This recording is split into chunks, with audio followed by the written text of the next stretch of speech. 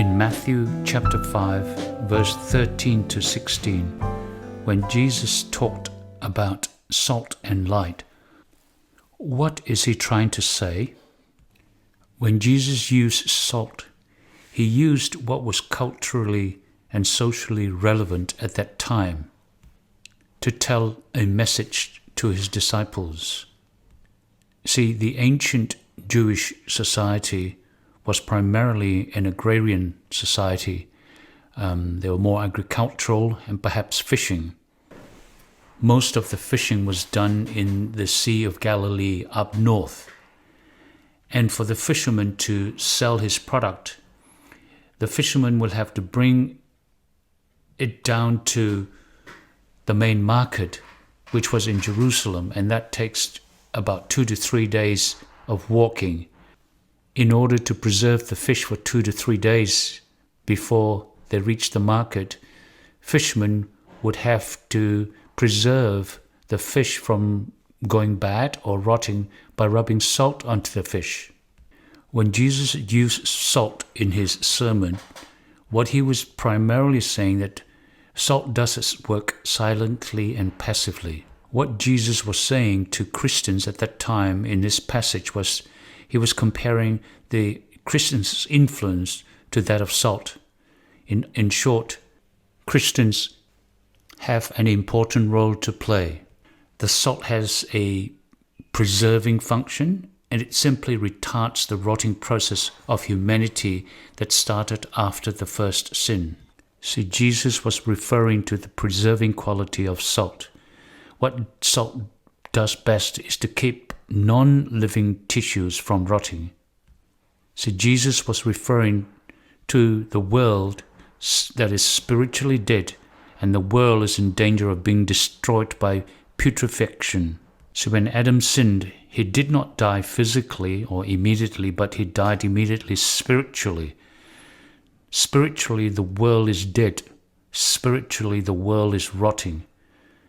You can see how fast this depravity works, and it was so rampant that, according to Genesis 6:5, within a few centuries, the Lord saw that the wickedness of men was great in the earth, and that every intent of the thoughts of his heart was only evil continually. During those times, the Bible had said that men's mind was so perverted that in verse 6, God said that I was sorry that he had made men on this earth, and he was grieved in his heart. So God destroyed the earth with a flood. Then what happens? Mankind's spiritual bankruptcy remains the same, and the rotting process continues. The decaying process continues to Sodom and Gomorrah. Those two words have become byproducts of depravity. And God did the same thing and destroyed them by fire. Did the rotting stop? Did the decay stop? No. Then God called his children out of Egypt and shared his truth with his children, but the rotting process continues anew. For even with knowledge about God, mankind prefers to ignore his knowledge. In the Bible, it clearly teaches that the world is spiritually dead and therefore rotting. Humanity has been rotting and decaying for generations. In this scenario, in Jesus' sermon here, Christians are to serve as a preserving agent to retard this decaying and rotting process. Well, how does a Christian do that? Well, a Christian does not do that by just staying at home, reading the Bible, knowing a lot about the Word of God, but do not go out there and relate to other people. Salt can only does its preservative work when it comes in contact with people. What this means is a Christian cannot fulfill its salt function as described in this verse while isolating themselves from the world. Throughout history, you have seen groups of Christians doing that. In Christ's days, a group of pious Jews known as Essenes cut itself off from society, locking itself away in caves near the Dead Sea. And a few centuries later, Christian monastic and hermits isolated themselves from the world by the thousands. But these groups are ignoring the will of God. For Jesus said in John chapter 17, verse 15 to 19, and I quote, "I do not pray that you should take them out of this world, but you should keep them from the evil one," unquote. Christians are not called to be isolationist. They have a work of preservation to do, and to do that, Christians ought to have a constant contact with the needy world, constant contact with the unconverted world. And Jesus also said that you are the salt of the earth, but if the salt loses its flavor, how shall it be seasoned?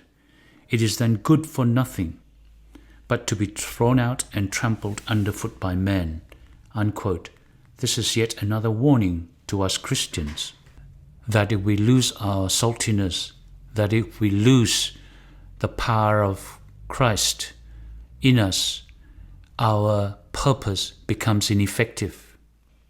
The purpose of preserving the rotting and decaying humanity becomes useless. You can see it right throughout history and right into today's environment. The power of Christ or Christianity in the Middle East has lost its saltiness. Despite it being the center of Christianity, after about 800 AD, the influence of Christianity started to wane. And then in Europe, in the 1600s and 1700s, at the dawn of the scientific age, the dawn of the enlightened age, people started to turn their backs on God, harboring on the belief that they no longer need Him because of the age of enlightenment, because of science and because of technology. Entire countries in Europe turned their back on the Word of God and relied solely on reasoning and solely on logic. The saltiness of Christianity has started to lose its flavor all around the world now. People forget that the only thing that they can preserve the world from or prevent the world from decaying and rotting is the power of God. We can see now history has pointed out and repeating itself all the way from Noah's days to Sodom and Gomorrah, and now the world is heading in the same direction, continuing its decay and continuing its rot. There is an urgent call for Christians to ensure that their saltiness remain, to ensure that their function in preserving this decay and this rot is retarded. We are reminded by Jesus in John 17, chapter 15 to 19, in that He said, "They are not of the world," being Christians, "even as I am not of the world. Sanctify them by your truth. Your word is truth. You send me to the world, I also send them into the world," them being our disciples and followers. "And for their sakes I sanctify myself, and they also may be sanctified by the truth," unquote. There is an urgent need now for us to be sanctified by the truth, and with that, armed with that, we relate to the world. And through the power of Christ indwelling in us Christians, we become the salt of the earth.